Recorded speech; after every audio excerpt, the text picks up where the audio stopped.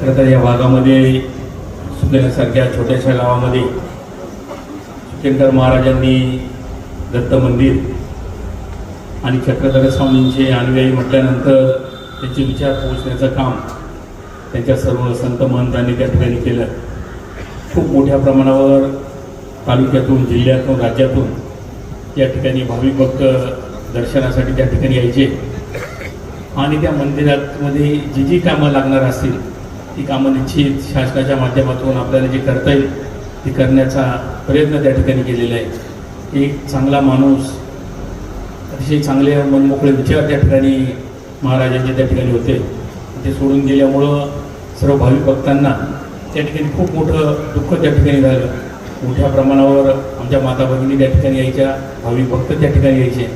दरवर्षी रंगपंचमीला जी यात्रा त्या ठिकाणी राहायची, त्या यात्रेला आठवण करून त्या ठिकाणी बाबांकडे यायचं, दर्शन घ्यायचं। बाबांचे विचार संपूर्ण जिल्ह्यामध्ये खूप चांगले विचार बाबांनी त्या ठिकाणी मांडले।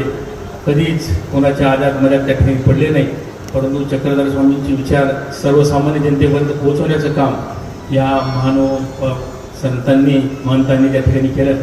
अशाच पद्धतीचं काम इथून पुढच्या काळात सुद्धा त्यांचे जे अनुयायी आहेत त्यांच्या माध्यमातून त्या ठिकाणी सुरू राहावं हीच अपेक्षा या निमित्ताने मी व्यक्त करतो।